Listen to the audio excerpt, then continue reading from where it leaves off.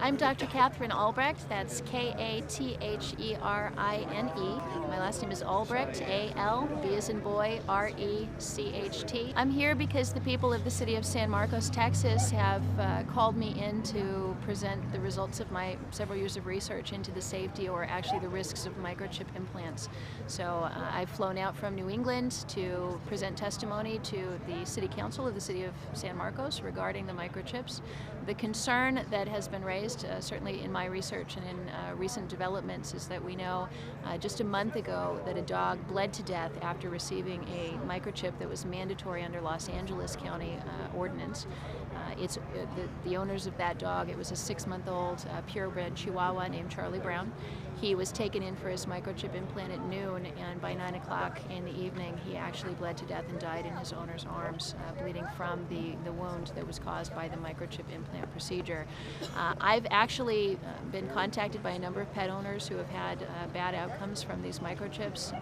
We certainly know that there's been a series of studies over more than a decade showing that these microchip implants cause cancer in laboratory animals. Between 1% and 10% of mice and rats implanted with these chips develop fast-growing malignant tumors around the microchips. And we know of 2 cases that have been reported in the academic literature of dogs developing cancer around the microchips.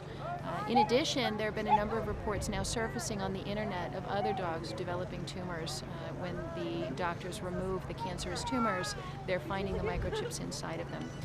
Clearly, this is information that the microchip companies don't want the public to know. It's clearly not in their interest to share that information with the public, and so that's why we're staging events like this to make people aware that the microchipping procedure does carry risks. We're calling on the city of San Marcos to modify their ordinance instead of to say that microchipping will be mandatory, to change that and make the microchipping voluntary. In that case, you could have the dog owners could make that decision in conjunction with their veterinarians. They could consult the vet. They could, at that point, based on the risks and potential benefits of the technology and the procedure, they could make that decision on their own. So we're not trying to ban the microchip implants. What we're trying to do is prevent the government from making this a mandatory program so people can make the choice themselves. Probably the simplest alternative to a microchip implant is simply a collar with a tag on it. And if you put somebody's phone number on there, usually when a dog turns up stray, someone finds the dog, and what's the first thing they do? They look for the collar, and they look for the phone number, and they call the owner. In fact, I recently had that situation myself where there were 2 stray dogs in my backyard, and very friendly dogs. I went up to them, I looked at the collar, there was a phone number on the tag. I called up the owner, and within a couple of hours, those dogs were reunited with their owners. So you don't need a microchip implant to do that, and best of all, it is entirely cancer-free.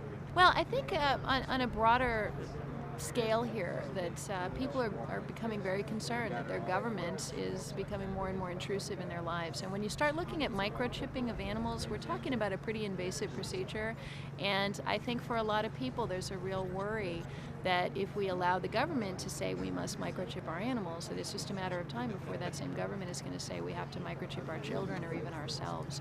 And I think that's really where the citizens of this country are starting to draw the line. If we're not careful, we're going to slide into tyranny that's going to look like the Soviet Union here shortly in this country, where the government is trying to control every aspect of people's lives. And I think it's starting right here in the city of San Marcos, where people are saying, no, we want to make those decisions ourselves. We don't want to live in a Big Brother surveillance state, and we don't want the government making those choices for us. No chips! No chips! No chips! No chips! No chips! No chips! No chips! No